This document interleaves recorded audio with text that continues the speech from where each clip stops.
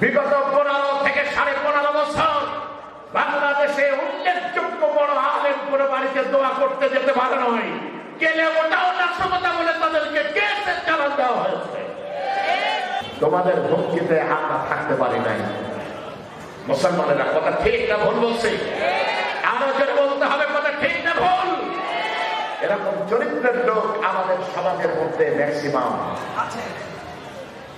আমি আপনাদের কাছে বিনয়ের সাথে বলবো, মুনাফিক আমরা হতে চাই না, মুনাফিক হয়ে ইন্তেকাল করতে চাই না।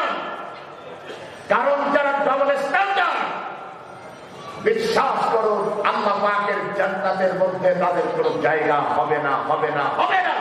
চেকিংয়ের বলে ধর না কেন আপনি, কথা ঠিক কিনা বলেন? আমার দেশের এক শ্রেণীর মানুষ সরকারি চাকরি করে তো চিন্তা করে যখন এনজিআর আসবো তখন যাবো হজে।